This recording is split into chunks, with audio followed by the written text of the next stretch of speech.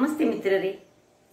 ನಮ್ಮ ಕರಾವಳಿಯಲ್ಲಿ ಹಿಂದಿನ ಕಾಲದಿಂದಲೂ ಬೇಸಿಗೆ ಅಂದರೆ ಏಪ್ರಿಲ್ ಮೇ ಬಹಳ ಕಠಿಣವಾದ ಬೇಸಿಗೆ. ನಮ್ಮ ಹಿರಿಯರು ಹಿಂದಿನ ಕಾಲದಿಂದಲೂ ಈ ಬೇಸಿಗೆ ಕಾಲದಲ್ಲಿ ವಿಧ ವಿಧದ ಅಂದರೆ ದೇಹಕ್ಕೆ ತಂಪನ್ನು ನೀಡುವಂತಹ ಪಾನೀಯಗಳನ್ನು ಮಾಡ್ತಿದ್ದರು. ಇವತ್ತು ನಾನು ನಮ್ಮ ಅಥೆಂಟಿಕ್ ಹಿಂದಿನ ಕಾಲದಲ್ಲಿ ನಮ್ಮ ಹಿರಿಯರು ಮಾಡ್ತಿದ್ದಂತಹ 3 ಬಗೆಯ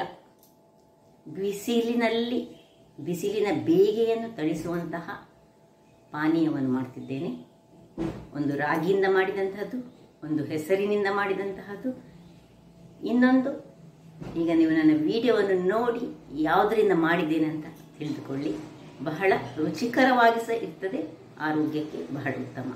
ಹಾಗಾದರೆ ಯಾರೆಲ್ಲ ನನ್ನ ಚಾನಲನ್ನು ನೋಡ್ತಿದ್ದೀರಿ, ಯಾರೆಲ್ಲ ಇನ್ನೂ ಸಬ್ಸ್ಕ್ರೈಬ್ ಮಾಡಿಲ್ಲ, ದಯವಿಟ್ಟು ಸಬ್ಸ್ಕ್ರೈಬ್ ಮಾಡಿ ಸಪೋರ್ಟ್ ಮಾಡಿ ಅಂತ ಹೇಳುತ್ತಾ ಬನ್ನಿ ಈ 3 ಬಗೆಯ ಬೇಸಿಗೆಯ ಪಾನೀಯಗಳನ್ನು ಹೇಗೆ ಮಾಡುವುದು ಹಾಗೂ ದೇಹವನ್ನು ಹೇಗೆ ತಂಪಾಗಿರಿಸುವುದು ಎಂದು ನೋಡೋಣ. ಮಿತ್ರರೇ, ಇವತ್ತು ಸಮ್ಮರ್ ಸೀಸನ್ಗೆ ಬೇಕಾದ ಪಾನೀಯ 3 ಬಗೆಯ ಪಾನೀಯಗಳನ್ನು ನಾನು ತೋರಿಸ್ಕೊಡ್ತಿದ್ದೇನೆ. ಮೊದಲಿಗೆ ನೋಡಿ, ಇದು ಇಂದಿನ ಹುಡಿ ಅಂತ ನಾವು ಕರಿತೇವೆ. ಕರಾವಳಿ ಭಾಗದಲ್ಲಿ ಇದು ಬಹಳ ಫೇಮಸ್. ಆರೋಗ್ಯಕ್ಕಂತೂ ಬಹಳ ಒಳ್ಳೆಯದು, ದೇಹವನ್ನು ಹೈಡ್ರೇಟ್ ಆಗಿ ಇಟ್ಟುಕೊಳ್ತದೆ ಇದು. ಮತ್ತು ಈ ಬೆವರಿನಿಂದ ಆಗುವಂತಹ ಕೆಲವು ತೊಂದರೆಗಳನ್ನು ಎಲ್ಲ ನಿವಾರಿಸ್ತದೆ. ನೋಡಿ, ಈ ಟೈಪಿನ ಹುಡಿ ಇಂದಿನ ಹುಡಿ ಅಂತ ಕರಿತೇವೆ ನಾವು ಇದಕ್ಕೆ. ಅರಾರೋಟ್ ಹುಡಿ ಅಲ್ಲ, ಇದು ಇಂದಿನ ಹುಡಿ. ನೀವು ಗ್ರಂಥಿಗೆ ಅಂಗಡಿಯಲ್ಲಿ, ಆಯುರ್ವೇದಿಕ್ ಶಾಪ್ಗಳಲ್ಲಿ ಅಥವಾ ಹೀಗೆ ಕಿರಾಣಿ ಅಂಗಡಿಗಳಲ್ಲಿ ಸಹ ಇದನ್ನು ಹೆಚ್ಚಾಗಿ ಮಾರಲಿಕ್ಕೆ ಇಡ್ತಾರೆ. ಒಂದು ಇದರಿಂದ, ಇನ್ನೊಂದು ಪಾನೀಯ ನಾನು ಮಾಡೋದು ಹೆಸರಿನ ಕಾಳಿನಿಂದ, ಇನ್ನೊಂದು ನೆನೆಸಿಟ್ಟ ರಾಗಿಯಿಂದ. ಎಲ್ಲ ಈ ರಾಗಿಯಾಗಲಿ ಅಥವಾ ಹೆಸರಾಗಲಿ ಎಲ್ಲ ಎರಡನ್ನು ಸಹ ನಾನು ಒಂದೊಂದು ಸಣ್ಣ ಲೋಟಗಳಷ್ಟು ನೆನೆಸಿಟ್ಟಿದ್ದೇನೆ. ಇದರಲ್ಲಿ ನೋಡಿ, ಈ ಲೋಟದಲ್ಲಿ ಅರ್ಧ ಲೋಟದಷ್ಟು ಇದನ್ನು ರಾಗಿಯನ್ನು ನೆನೆಸಿಟ್ಟಿದ್ದೇನೆ. ಹೆಸರು ಬೇಡ ನೆನೆಸಿಡುವುದು. ಈ ಚಮಚದಲ್ಲಿ ಹೆಸರು 4 ಚಮಚದಷ್ಟು, ಇದು ಕೇವಲ 2 ಚಮಚದಷ್ಟು ನಮಗೆ ಬೇಕು. ಇನ್ನು ಬೇಕಾಗೋದು ಈ ಒಂದು ಇಂದು ಹುಡಿಯನ್ನು ಮಾಡಲಿಕ್ಕೆ ನಾನು ಕಲ್ಲು ಸಕ್ಕರೆಯನ್ನು ಯೂಸ್ ಮಾಡ್ತಿದ್ದೇನೆ, ಕೆಂಪು ಕಲ್ಲು ಸಕ್ಕರೆಯನ್ನು.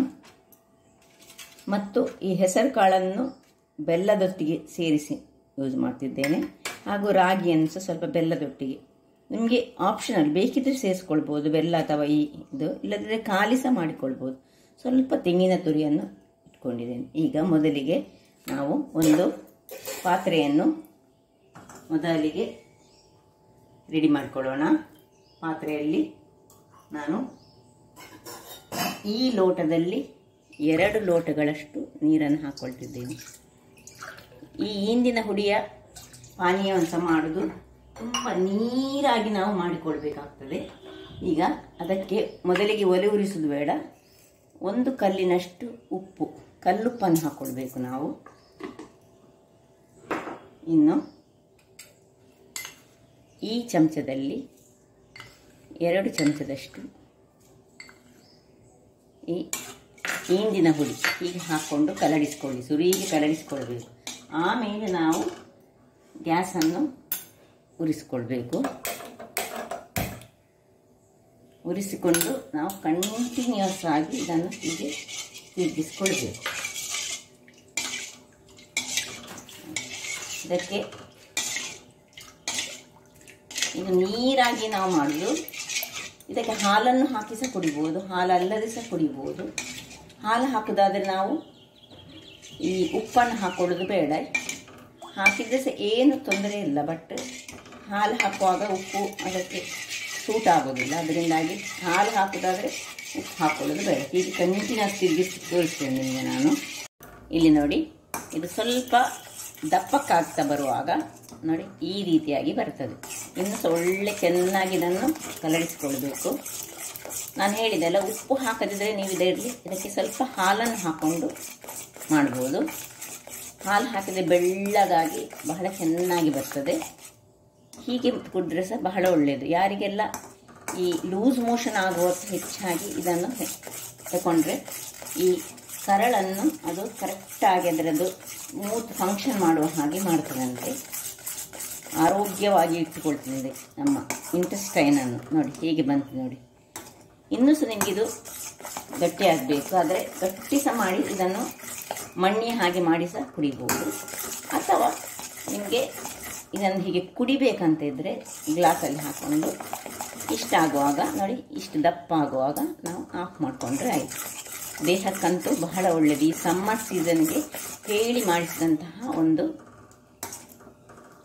ಪಾನೀಯ ಅಂತ ಹೇಳ್ಬೋದು.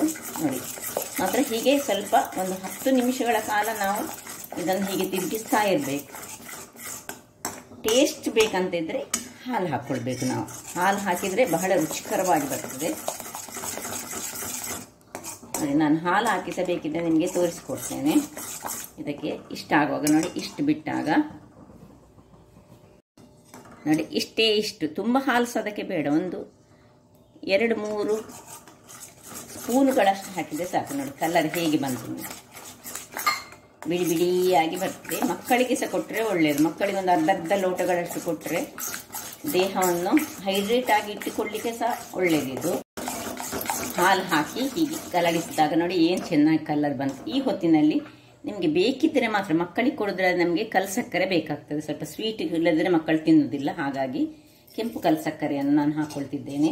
ನೀವು ಸಹ ಸಕ್ಕರೆ ಕಲ್ಸಕ್ಕರೆ ಏನು ತೊಂದರೆ ಇಲ್ಲ. ಸ್ವಲ್ಪ ಕೆಂಪು ಕಲ್ಸಕ್ಕರೆ ಇದ್ದರೆ ಇದು ಸಹ ಗ್ರಂಥಿಗೆ ಅಂಗಡಿಯಲ್ಲಿ, ಆಯುರ್ವೇದಿಕ್ ಶಾಪ್ಗಳಲ್ಲಿ ಸಿಗ್ತದೆ. ಹೀಗೆ ಕಿರಾಣಿ ಅಂಗಡಿಗಳಲ್ಲಿ ಸಹ ಸಿಗ್ತದೆ. ಇಷ್ಟು ದಪ್ಪ ಸಹ ಮಾಡ್ಬೋದು. ಬೇಕಿದ್ರೆ ಇದನ್ನು ಇನ್ನೂ ಸಹ ಹೆಚ್ಚಾಗಿ ಒಂದೇ 2 ಲೋಟ ನೀರಿಗೆ ಒಂದೇ 1 ಚಮಚ ಹಾಕಿ ಇದಕ್ಕಿಂತ ಸಹ ನೀರಾಗಿ ನಾವು ಮಾಡಿಕೊಡ್ಬೋದು. ಆಯಿತು, ಇದೀಗ ರೆಡಿ ಆಯಿತು. ಹಾಲು ಸಹ ಹಾಕ್ಕೊಂಡಿದ್ದೇನೆ, ಕಲ್ಸಕ್ಕರೆ ಹಾಕ್ಕೊಂಡಿದ್ದೇನೆ. ಹೀಗೆ ಬಂತು ನೋಡಿ. ಹೀಗೆ ನೀರಾಗಿ ಲೋಟಗಳಲ್ಲಿ ಹಾಕಿ ಸಹ ಕುಡಿಬೋದು. ಅಥವಾ ನೀವು ಇದನ್ನು ಹೀಗೆ ಬೋಗುಣಿಯಲ್ಲಿ ಹಾಕಿ ಸಹ ನೋಡಿ, ಬೌಲ್ಗಳಲ್ಲಿ ಹಾಕೊಂಡು ಸಹ ನಾವು ಕುಡಿಬೋದು.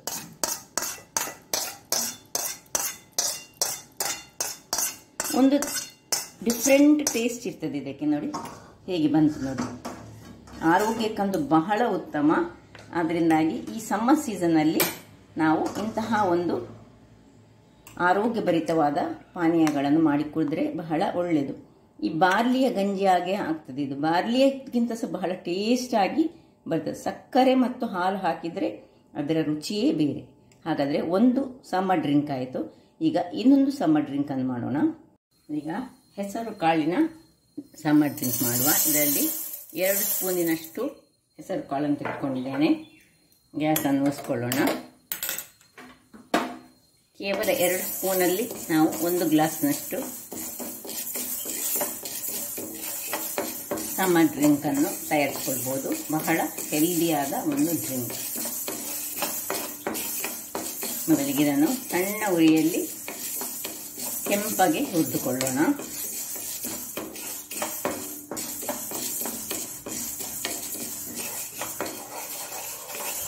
ಈ ಸಣ್ಣ ಉರಿಯಲ್ಲಿ 10 ನಿಮಿಷಗಳ ಕಾಲ ನಾನು ಇದನ್ನು ರೋಸ್ಟ್ ಮಾಡ್ಕೊಂಡಿದ್ದೇನೆ. ದೊಡ್ಡ ಉರಿ ಇಟ್ಟರೆ ಅದು ಚೆನ್ನಾಗಿ ಕಾಯುವುದಿಲ್ಲ. ಅದರಿಂದಾಗಿ ಸಣ್ಣ ಉರಿಯಲ್ಲೇ ಮಾಡ್ಕೊಳ್ಬೇಕು. ಮತ್ತು ದೊಡ್ಡ ಉರಿಯಲ್ಲಿ ಕಾಯಿಸಿದರೆ ಅದರ ಟೇಸ್ಟೇ ಬೇರೆ ಬರ್ತದೆ. ಅದರಿಂದಾಗಿ ಸಣ್ಣ ಉರಿಯಲ್ಲಿ ಸ್ವಲ್ಪ ಪೇಷನ್ಸ್ ಇಟ್ಟುಕೊಂಡು ನಾವು ಇದನ್ನು ಸ್ವಲ್ಪ ಫ್ರೈ ಮಾಡಬೇಕಾಗ್ತದೆ. ಕರಟಿ ಹೋಗಬಾರ್ದು. ಕರಟಿ ಹೋದರೆ ಅದರ ರುಚಿ ಹಾಳಾಗ್ತದೆ. ಮತ್ತು ಹೆಚ್ಚಾಗಿ ಒಂದು ಕಬ್ಬಿಣದ ಬಾಣಲೆಯಲ್ಲಿ ಅಥವಾ ಮಣ್ಣಿನ ಬಾಣಲೆಯಲ್ಲಿ ಇದನ್ನು ಫ್ರೈ ಮಾಡಿದರೆ ಉತ್ತಮ. ಆರೋಗ್ಯಕ್ಕೆ ಸಹ ಬಹಳ ಒಳ್ಳೆಯದು. ಈಗ ಇದನ್ನು ಸ್ವಲ್ಪ ಹೊತ್ತು ತಣ್ಣಗಾಗಲಿಕ್ಕೆ ಬಿಡೋಣ.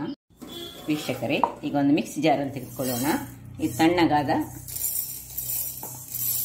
ಹೆಸರು ಕಾಳನ್ನು ಫ್ರೈ ಮಾಡಿದ್ದನ್ನು ಇದರಲ್ಲಿ ಹಾಕ್ಕೊಳ್ತಿದ್ದೇನೆ. ತುಂಬ ತಣ್ಣಗಾಗಬೇಕಂತ ಏನಿಲ್ಲ. ನೋಡಿ, ಸ್ವಲ್ಪ ಬಿಸಿಯಾಗಿ ಸ್ವಲ್ಪ ಇದ್ದರೆ ಸಹ ತೊಂದರೆ. ಇದನ್ನೊಮ್ಮೆ ಸ್ವಲ್ಪ ಪೌಡರ್ ಮಾಡ್ಕೊಳ್ತೇನೆ. ಇಲ್ಲಿ ನೋಡಿ, ಇದು ಇಷ್ಟು ಪೌಡರ್ ಆಗುವಾಗ ಇದಕ್ಕೆ 2 ಸ್ಪೂನು ನಾವು ಹೆಸರು ತೆಗೆದುಕೊಂಡಿದ್ರೆ 1 ಸ್ಪೂನಿನಷ್ಟು ನಾವು ತೆಂಗಿನ ತುರಿಯನ್ನು ಇದಕ್ಕೆ ಹಾಕೊಳ್ಳೋಣ. ಇನ್ನು ಬಿಸಿ ತಣ್ಣಗಾದ ನೀರನ್ನು ಸ್ವಲ್ಪ ಇದಕ್ಕೆ ಹಾಕ್ಕೊಂಡು ಪುನಃ ಇದನ್ನು ನಾನು ಗ್ರೈಂಡ್ ಮಾಡ್ಕೊಳ್ತಿದ್ದೇನೆ. ಇಲ್ಲಿ ನೋಡಿ, ಹೀಗೆ ಆಯಿತು. ಹೀಗೆ ಆಗುವಾಗ ಸ್ವಲ್ಪ ನೀರು ಹಾಕಿದ್ರಿಂದಾಗಿ ತೆಂಗಿನ ತುರಿ ಮತ್ತು ಇದರೊಟ್ಟಿಗೆ ಒಳ್ಳೆ ಗ್ರೈಂಡ್ ಆಯಿತು. ಈಗ ಪುನಃ ಇದಕ್ಕೆ ಸ್ವಲ್ಪ ನೀರನ್ನು ಹಾಕ್ಕೊಳ್ತಿದ್ದೇನೆ ನಾನು. ಮತ್ತು ನಿಮಗೆ ಎಷ್ಟು ಸ್ವೀಟಿಗೆ ಎಷ್ಟು ಬೆಲ್ಲ ಬೇಕು ಅಷ್ಟು ಅನ್ನು ಹಾಕ್ಕೊಳ್ಳೋಣ. ನಾನು 1 ಚಮಚದಷ್ಟು ಹಾಕ್ಕೊಳ್ತಿದ್ದೇನೆ ಸ್ವೀಟ್. ಇನ್ನು ಪುನೊಮ್ಮೆ ಈ ನೀರಿನೊಟ್ಟಿಗೆ ಒಂದೊಂದೇ ಸ್ವಲ್ಪ ಸುತ್ತು ಗ್ರೈಂಡ್ ಮಾಡಿಕೊಂಡು ಪುನಃ ತರ್ತೇನೆ. ವೀಕ್ಷಕರೇ, ಇಲ್ಲಿ ನೋಡಿ, ಹೀಗೆ ಈಗ ಬಂತು. ಈಗ ಇದಕ್ಕೆ ಇನ್ನೊಂದು ಗ್ಲಾಸ್ನಷ್ಟು ನೀರನ್ನು, ನಿಮಗೆ ಎಷ್ಟು ಬೇಕೋ ಅಷ್ಟು ನೀರನ್ನು ಹಾಕ್ಕೊಂಡು ಇದನ್ನು ಗಾಳಿಸ್ಕೊಳ್ಳೋಣ. ನೋಡಿ, ಒಂದು ಗಾಳಿಸುವ ಇದರಲ್ಲಿ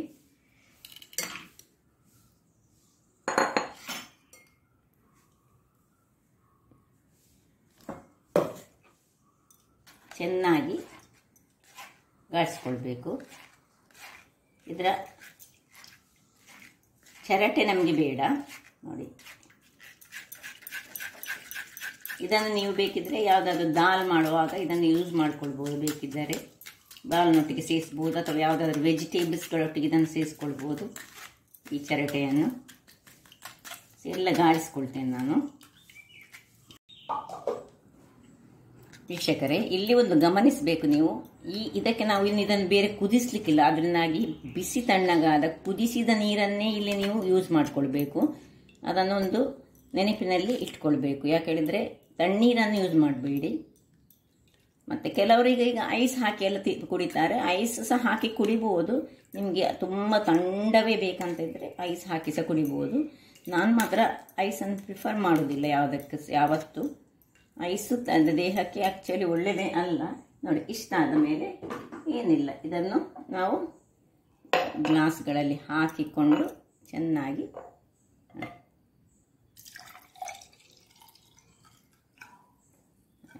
ಒಂದು ಗ್ಲಾಸ್ನಷ್ಟು 1 ಚಮಚ ಹೆಸರು ಕಾಳಿನಿಂದ 1 ಗ್ಲಾಸ್ನಷ್ಟು. ಇದನ್ನು ಬೇಕಿದ್ರೆ ಇನ್ನೂ ಸಹ ನೀರು ಮಾಡಿಕೊಟ್ಟು ಕುಡಿಬೋದು.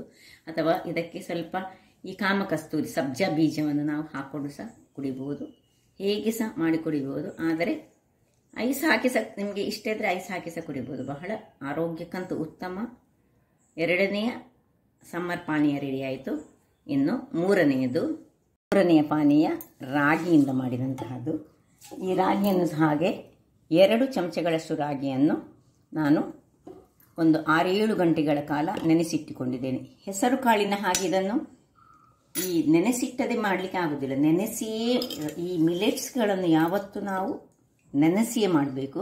ಕೆಲವರು ಸೀದಾ ಹೀಗೆ ಮಾಡ್ತಾರೆ, ಹುರಿದು ಖಾಲಿ ಮಾಡಿದರೆ ಆಗೋದಿಲ್ಲ.